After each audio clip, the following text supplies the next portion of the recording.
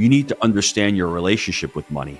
And if you don't understand your relationship with money, if you are a person who is afraid and who has to save money for that rainy day, well, when you're 62 years old and you've got $2 million in the bank, you ain't going to enjoy that money because you've been living in scarcity. Understand the relationship that you have with money. That's the very first thing that you need to do.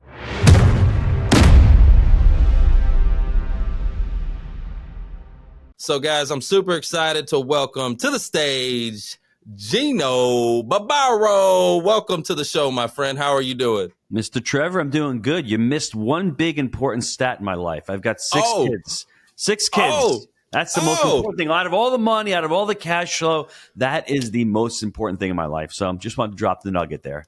No, that's not a drop the nugget. That's a drop the mic. Okay, you got 6 kiddos. Wow. Yes, okay. What? I mean, okay. I just have to start there. What made you decide, at 5 to go to 6? You don't want to know why? It's like buying buildings and buying apartments. The first one, you don't know what you're doing. It's like, okay, I got into this real estate thing. How do I do this? The second one is like, I did it once. You know what? I can figure this out. The third one is like, okay, this is getting to be fun. There's a process here. The fourth one is like, okay, this is getting to be really good. I'm getting good at this. The fifth one is like, piece of cake. And the sixth one is like icing on the top. You know what I'm saying? The cash flow keeps growing and growing. The only problem with the kids is the cash flow goes the other way. As you have more kids, the cash flow goes in negative. But in all seriousness, it's one of the things that for us, me and my wife, is what our goal was, to have a great family, to teach others about how awesome family can be, how important family is, and how when a husband and wife, for us, get together and grow, and you show your kids, we are our kids' stewards. We're stewards of our money, but we're also teaching our children. We want to leave an impression for the next generation. Well, how do you do that? You raise kids of your own. You raise them to be the next leaders. I love it, man. I love the way you put that too. So you even got the kids and 1, 2, 3, 4, 5, 6, and you kind of like applied a business strategy there. Okay. The first one, you don't know what you're doing. Okay. But you do it anyways. I love that. By the 6th kid, you're like ready to rock and roll. Well, my question is, are you planning on 7? Hey, you got to ask the wife that. She's sort of giving me the Heisman right now, so I don't think we're going for number 7. But She's Trevor, like, you made a good point, and I want to make this point for everybody, because raising a family is like growing a business. They both need a mission statement. They both need core values. If you don't have core values for your family, and you're rudderless there, they both sort of need boundaries, and there's no such thing as balance in life. You can't say, well, today I'm going to work on my business and tomorrow I need balance, or today I'm going to work on my kids and tomorrow I'm going to let them run around. It's the same thing. It's very similar to grow both. You need to have passion for both. You need to be locked in for both, and you need to be dedicated to both of them. And for me, I was just fortunate to be able to have a restaurant years ago where the kids would come to the restaurant, I'd spend time with them, transition to real estate, and now the kids are in my real estate education business. So it's like one and the same. And I have a podcast with my wife also, so it's family, business, and I like to intertwine it. That's what we like to do in our household. I love that, but I do got to ask you about the restaurant, okay? Because my brother was a restaurant owner, and yeah, talk to me about the restaurant. But I've always wondered this question. Okay, it's kind of a side topic. I've always wondered this, like, you see restaurants everywhere, right? It's such a saturated industry. Like, there's so many restaurants, and yet I hear like the markup and all that kind of stuff, and like the failure rate is so high. Like, restaurants don't survive, and you see it all the time, a lot of turnover. So, like, why do people get into that business? Can you tell me? Because you were in it. Why do people even do that? It just sounds crazy to me that you would even think about getting in restaurant business. It's so competitive. Anyway, go ahead. Well, for me, I got in when I was 7 years old. My dad opened up a restaurant. So for us, it was in our blood. And I went to college, got out of college, couldn't find a job. So we opened our own restaurant, and it was a family restaurant for, over 20 years. In 2007, when my dad passed away, I had to stop and think, was I living his dream or am I living my dream? And one thing that the restaurant did teach me was it's a lot of hard work.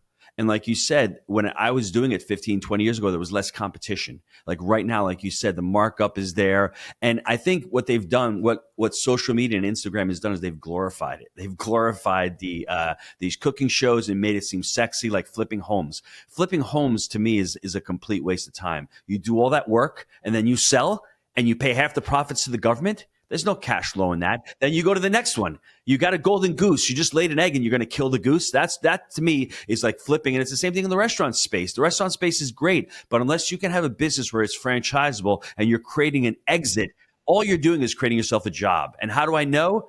I did it for 20 years. And if you don't understand that concept, I hope that I impress upon you to build a business, buy a franchise. So at least that franchise, at the end of its run, you're able to exit that. And it's the same with real estate. If you don't have an exit plan for your real estate, all you're doing is getting yourself a job, my friend.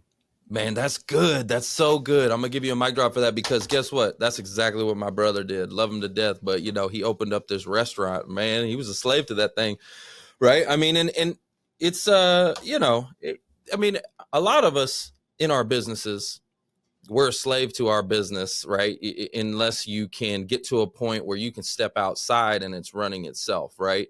Otherwise, if you have to show up every day and work it, then, you know, but I mean, that just makes sense. So I was always just curious about the restaurant industry, why people get into that business with it being so tough and the failure ratio being so high.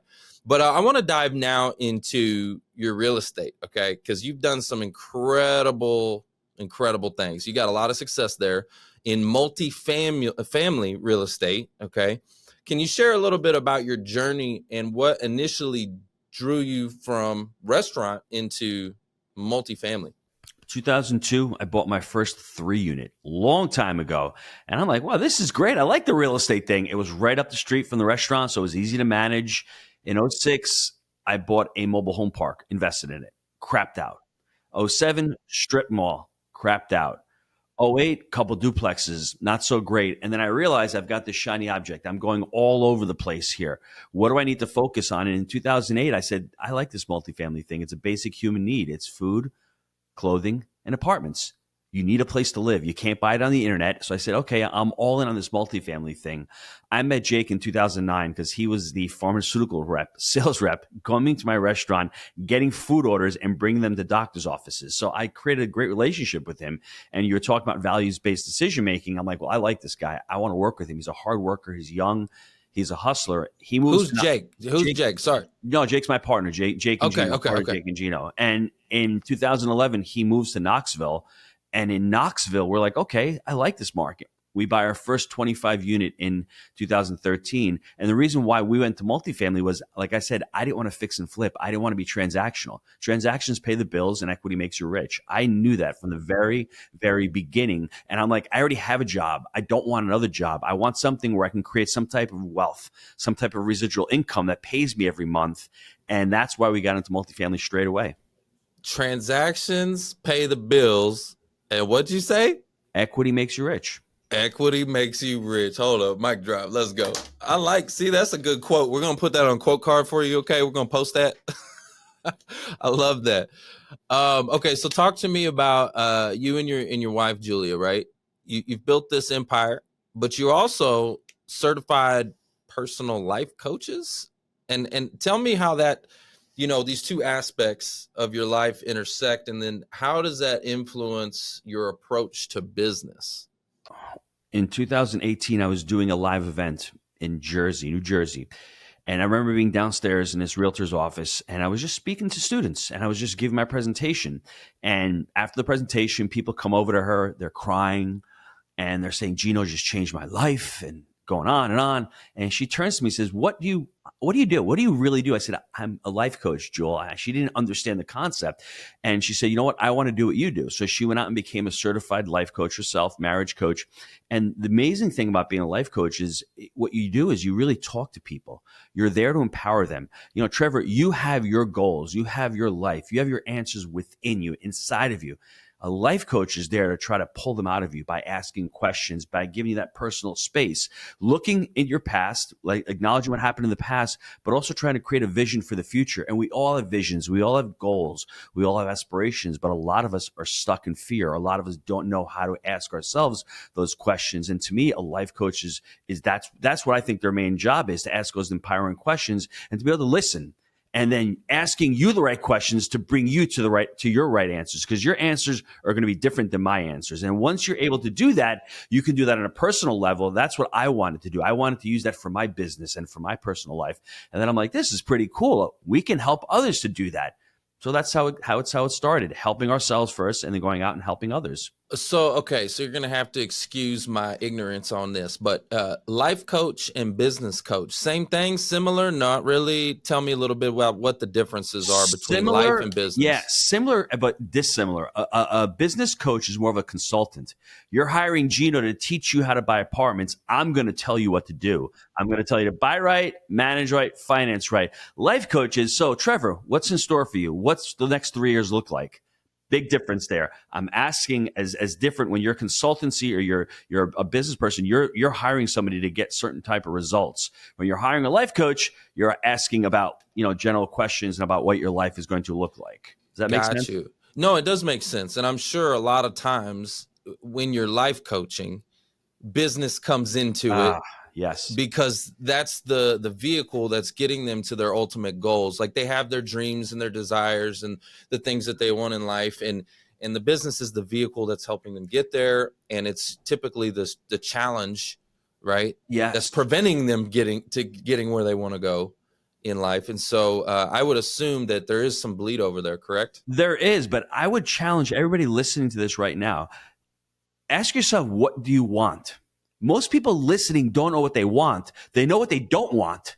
When I was at the restaurant, I didn't want to go to the restaurant. I didn't want to be in that business anymore. If someone had asked me back then, what do you want? I really didn't know. I didn't know that I wanted to be a life coach. I didn't know that I wanted to partner up with Jake and create this real estate empire. So the first step is to know what you want. The next step is to really know where your sole purpose lies, where your abundancy lies, to start breaking down all of those limiting beliefs, all that stuff. That's what life coaching does. Once you figure out that I want to become the next real estate mogul or that I want to open up a yo-yo franchise, okay, now I really want that. Now let's get the person to teach me the business skills. I think people just say to themselves, hey, let me open a restaurant. Well, why did your brother open a restaurant? If you really ask him that question, he may say to himself, I don't really know. I just thought it was a good idea. Well, he should have been coached on life, on skills, on what he actually wanted, what his objectives were, and do they align with your values, that values-based decision-making. If these things don't align with your values, you may become successful, but you may become miserable at the same time because they don't align with your values. I'll give you one quick example.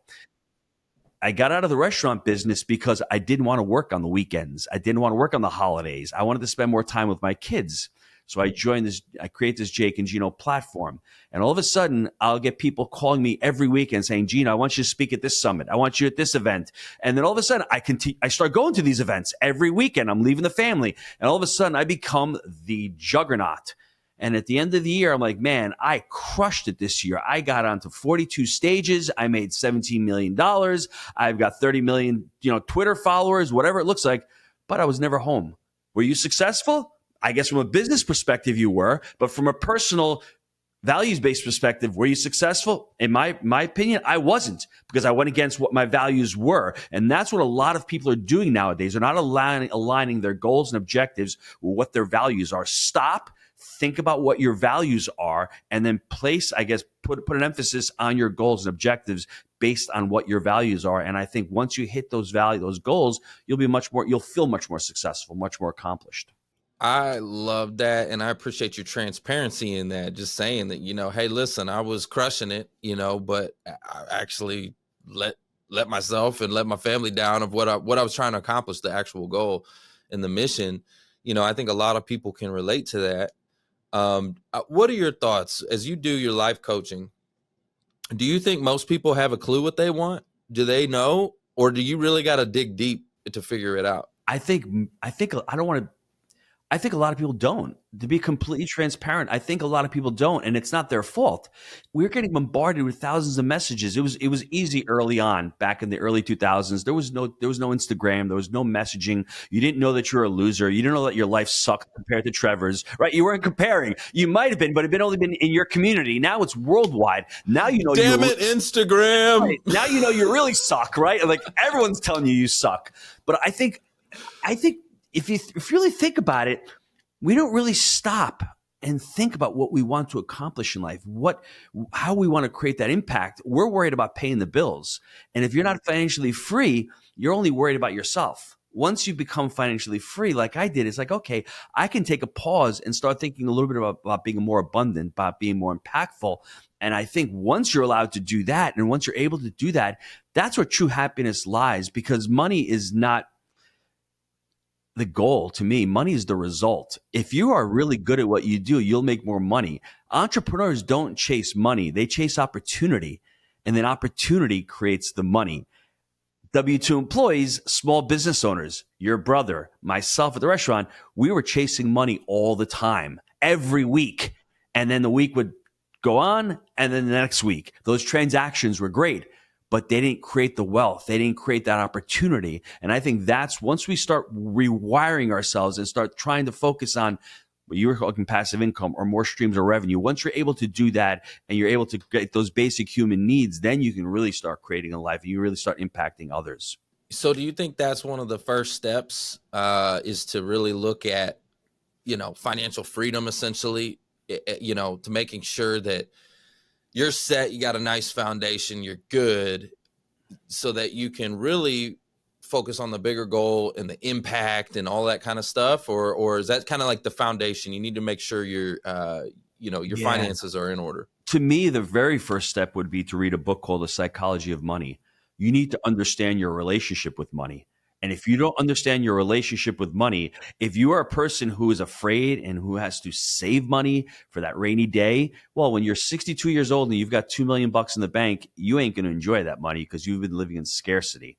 Understand the relationship that you have with money. That's the very first thing that you need to do. I was a great saver. I was a son of immigrants. So for me, I was saving, but I was saving for what? For an event. What I ended up rewiring my brain was I was saving to buy an asset to pay for that event. And once that event is over, I still have the asset. Quick example of our very first property that we bought back in 2013. It was a 25-unit property. We bought it. We still own it to this day. I've put 2 kids through college from that very first asset, and I still have 4 more to go. And guess what? That's going to continue to pay for my kids' college. The remaining 4, I still have that asset. Now, if I had the scarcity mindset, I would have put money into a 401k, 529, whatever kind of savings vehicle. There's nothing wrong with that. But when that event is over, boom, money is gone. But if you're saving for that asset, and for me, it was just about the psychology, the relationship that I had with money. I was scarce. I just wanted to save it. I didn't understand that I could use the abundance mindset and invest in an asset that can produce that cash flow, because we don't have a net worth problem, people. We have a cash flow problem at the end of the day when we retire. Man, y'all see why I like this guy, man? Woo! I'm going to give you another mic drop for that. Okay, hold on. So name that book again, because I think I need to read that myself. Name that book. So the author's name is Morgan Housel. He's launching a second book soon, but the book is called The Psychology of Money. And it doesn't talk about... do you know him? Do you know him personally? Been trying to get him on the podcast. I was about to say, if you know him, man, I'd love to get an introduction. Hit him up on LinkedIn. But one of the most important things from the book that I got from is person's happiness is really tied to their autonomy. If you're able to become financially free through investments or whatever, able to do whatever you want, whenever you want, with whomever you want, that is what I think leads to a person's true happiness, to be able to make those decisions, to be able to be autonomous. So don't worry about your return on investments on your investments. If you're investing in something risky and you can't sleep at night, is that the right investment for you? I don't think it is, because that's not your relationship with money. But if you're someone who's high flying, likes to take risks, likes to double down, and you're going to invest in multifamily, that may not be the vehicle either, because multifamily is pretty boring. You can create a ton of wealth, but maybe you should slide on over to crypto or to NFTs. That may be your jam. I'm just saying you have to understand what your relationship with money is. And then from there, you'll enjoy your relationship. You'll enjoy the investing more. You'll become more of an expert at something that you like to do, rather than me telling you to invest in a vehicle because I think it's the best. Find the vehicle that fits your personality and that fits your relationship with money.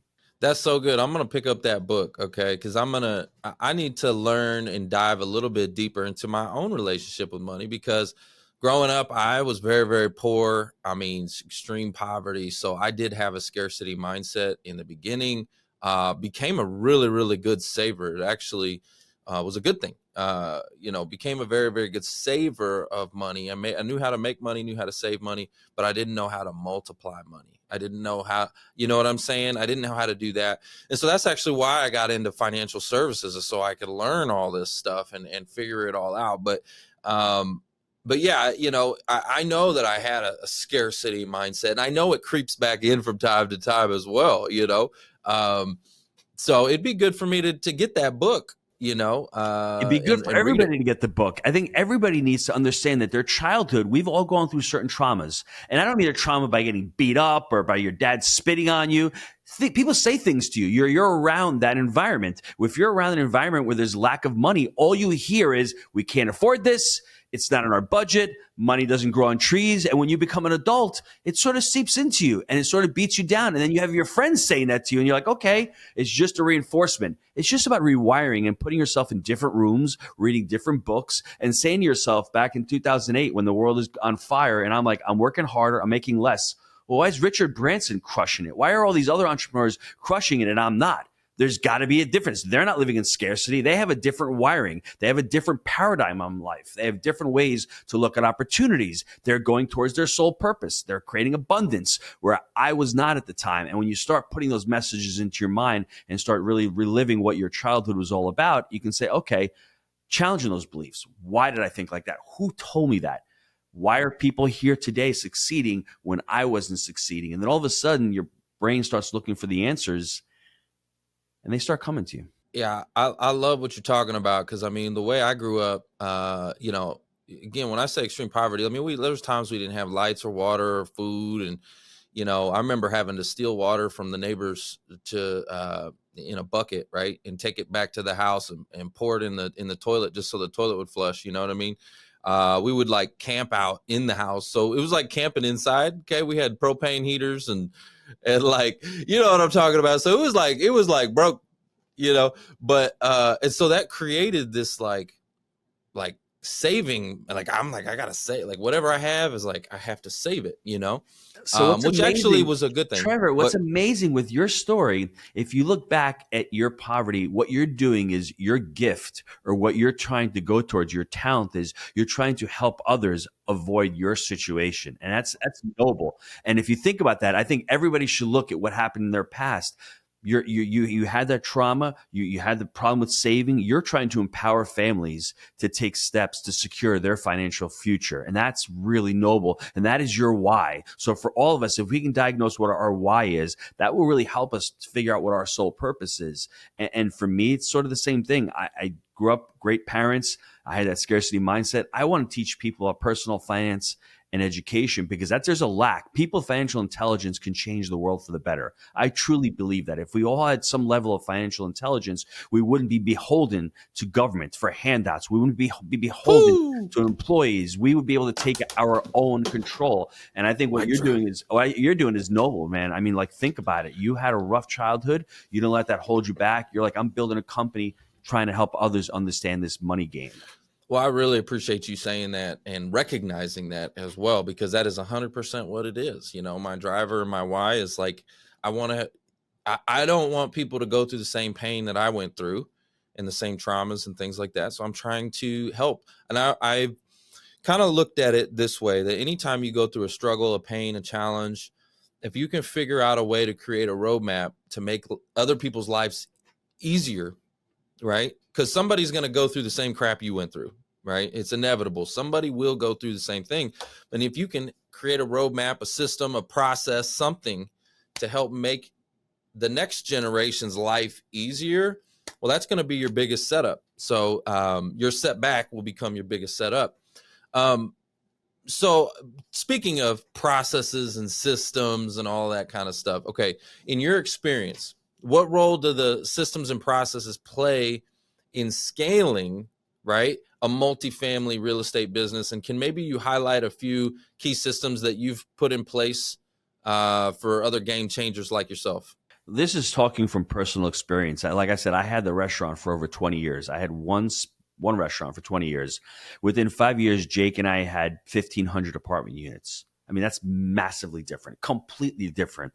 In the restaurant business, I'm a guy. I'm going to do this. I'm going to do that. and Amma gets burned out. And Amma's always blaming someone else. It ain't it's not my fault that my employees suck. It's not my fault that I ain't growing the business. The first thing I think every entrepreneur needs to understand is you need to have that responsibility mindset, the long-term mindset. And if you don't have that, then you can't become an entrepreneur, because there's days that you're getting punched in the face. There's days that you want to sit in the corner, you're crying, you don't know what the hell's happening. You can't talk to anybody because nobody really understands it. And I think the first thing that Jake and I did when we started growing and scaling was we needed to pick out our core values. I had no core values at the restaurant, so I was not a leader.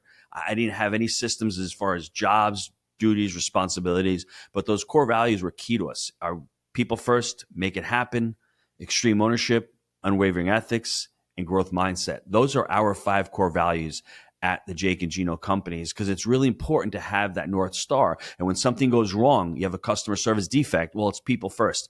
Not who's right or who's wrong, how do we fix it, right? And it's constant growth mindset. You're either growing or you're regressing, like your previous guest said on before. It's important to have that growth mindset. I didn't have that at the restaurant. I was stuck there. Was not willing to learn a POS system or to learn how to grow that business. And I think that is where you have to start. If you want to start scaling up, you have to start doing that. And I think the next thing is, I know a lot of people have probably heard about him, but Gino Wickman with that EOS and that traction book, I mean, amazing entrepreneurial operating systems. Go into that book and start learning about priorities, level 10 meetings weekly, a cadence of accountability. All of that will change. When it's just Gino and Trevor running a little mom and pop business, you don't really need that. But when you start buying 2 properties, then 3, then 4, then you need to start hiring, you really need those core values, and you really need a cadence of accountability, like you were talking about, that foundation. Those to me are the foundations of any business that's scaling. If you don't have that, then you can't bring the right people on. You can't hire the right vendors. In our space, you don't have the right investors or even the right residents to be able to put into your properties. You have to have those as foundations, and then from there, you can grow your business. Well, I love how you're giving all these examples as well. So your value-based decision-making, right? You got your core values. And whenever it sounds like you run into an issue, a challenge, or a decision that you're trying to make, you just lean on your core values and say, hey, does this align or does it not align?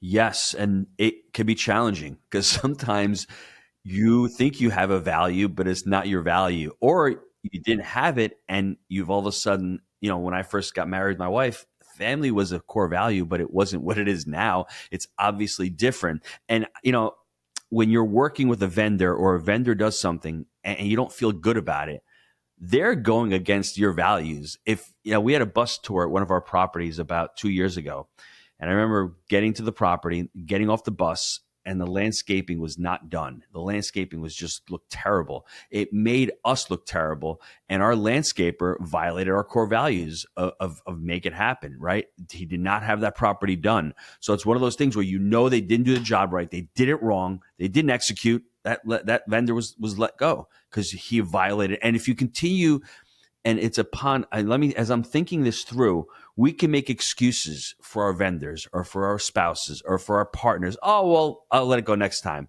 And it doesn't feel good. And it's going to happen the next time. And it's about responsibility, and it's about not being the victim, about saying to yourself, time out. This partnership is not going well. Let's set it up. You need to have those expectations. And if we're not hitting those expectations, that's where your core values come in. And if your values don't align with your partner, that partnership is not going to last. This brings up something that happened to me just yesterday, where I have someone that's on my agency works for me, and he's basically done something 3 times now. It's the 3rd time that I've told him not to do. And I know that, at the core of it, he's not doing it intentionally. Like, I know that he's not. It's like he's just overlooking it or moving too fast, and for whatever reason, he's just messing up. And this is the 3rd time. And I'm like, dude, what happens if we have a number 4? Because this is the 3rd time. I'm like, and what did he say? This is like a come to Jesus meeting. Yes. And it's very difficult because it's personal. I mean, you may be friends with this person. You may need this person. But at the end of the day, I think short-term pain for long-term gain. That's really what it comes down to. And it's easy for me to say it, but I've been through it like you. And it's one of those things, if he continues to violate it, you're going to feel terrible. You're going to continue to feel terrible. You're going to continue to make those excuses. You just need to sit down with this person and say, it's the third time. What are we doing here? I mean, this is like, you need exactly to set those expectations. Yeah, he said, he's like, well, you're going to have to, let me go and this, that, and the other. I'm like, all right. Well, I mean, it's kind of, that's where we're at. I don't want to have to let you go, but I just, we can't continue this. This is the third time in a row, and we've had this conversation 3 times. So anyways, but that's the life of an entrepreneur, right? That's what I was talking about. You're in the corner crying in the fetal position. It ain't easy, but it's the best. And I love him too. Like I like as a person and everything. I just love this guy. I love him, love him. So I'm like, dude, I told him, like, I don't want to do that, but listen, we're not gonna have number 4. Okay, so let's not let it happen again. Love All that. right, tell me about your podcast. Okay, the Jake and Gino show. You've mentioned it a couple times, and Movers and Shakers. You have 2 podcasts or just one? We have the Jake and Gino show, which is Jake and myself. We're talking about real estate. We have the Movers and Shakers, which is a podcast that we interview our students closing deals. And then we have the Julia and Gino podcast. I do it with my wife launches every 2 weeks. We actually interviewed JP Sears the other day from Awaken with JP. We just get on guests.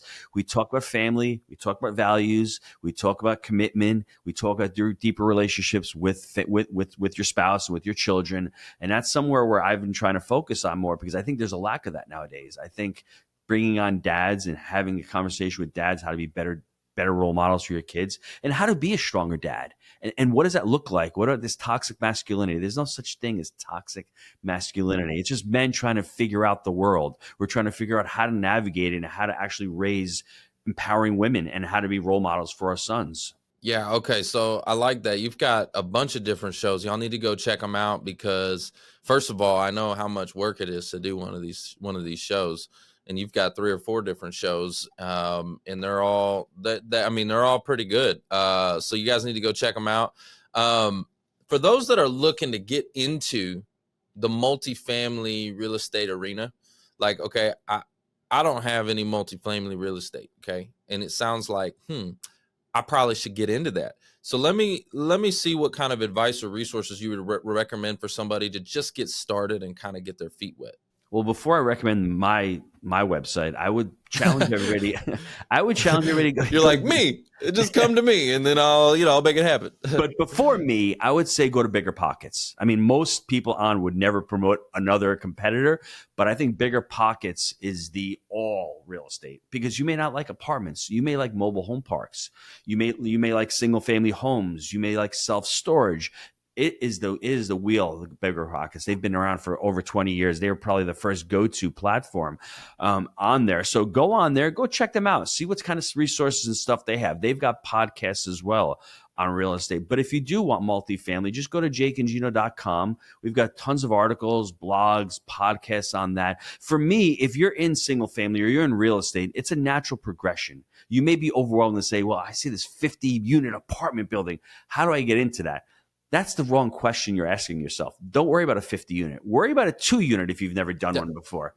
That's what I was going to say. Small. Okay, let's say I get into a 2 to 3 unit kind of a deal, right? Okay, because that's where I want to start. I just want to start small. Okay, 50 units not for me. Okay, not right now, anyways. But 2 to 3 unit deal. Okay, what type of cash flow do you need to get into something like that? That's a great question.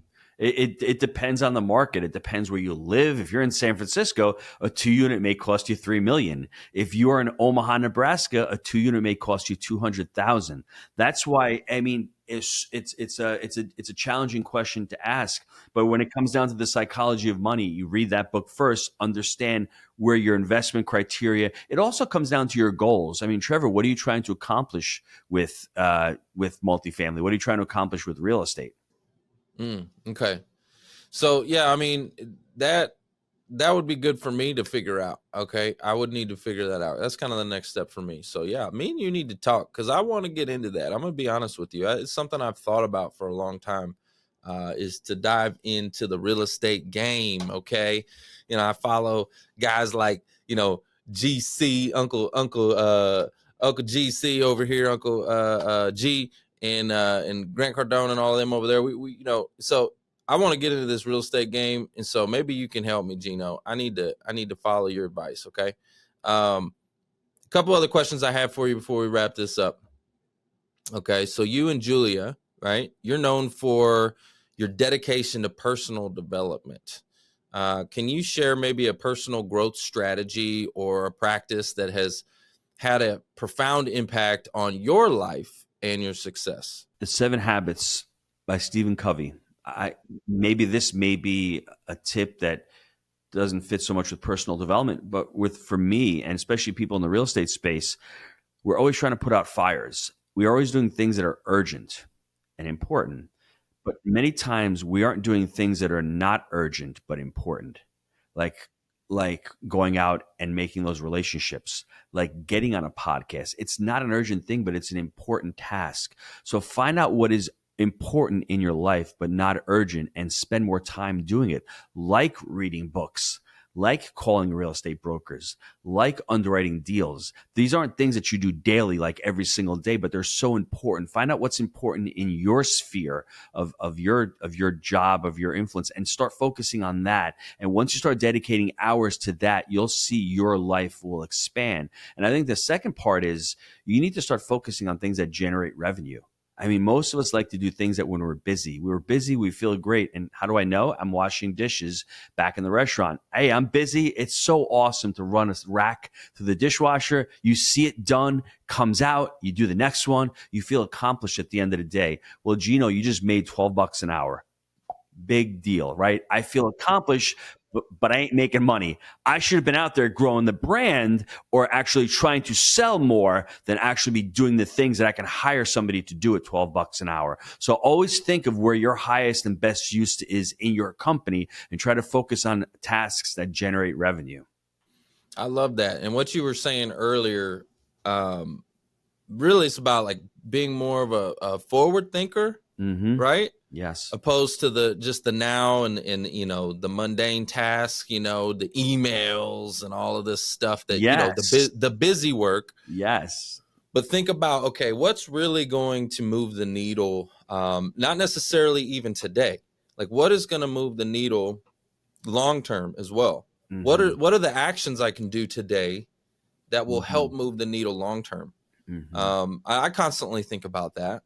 Like I'm always thinking about 10 steps ahead. Yes. And what can I do today that can help me move the needle forward? So I love that. Definitely. That's another book that I haven't picked up that I need to. See, I'm getting into this book thing, man. The longer I do this podcast, the more authors I meet and the more of these books come up. And I'm like, I've just never been a big book reader, but now I'm even writing a book myself. So what the heck, man? I'm just Dude.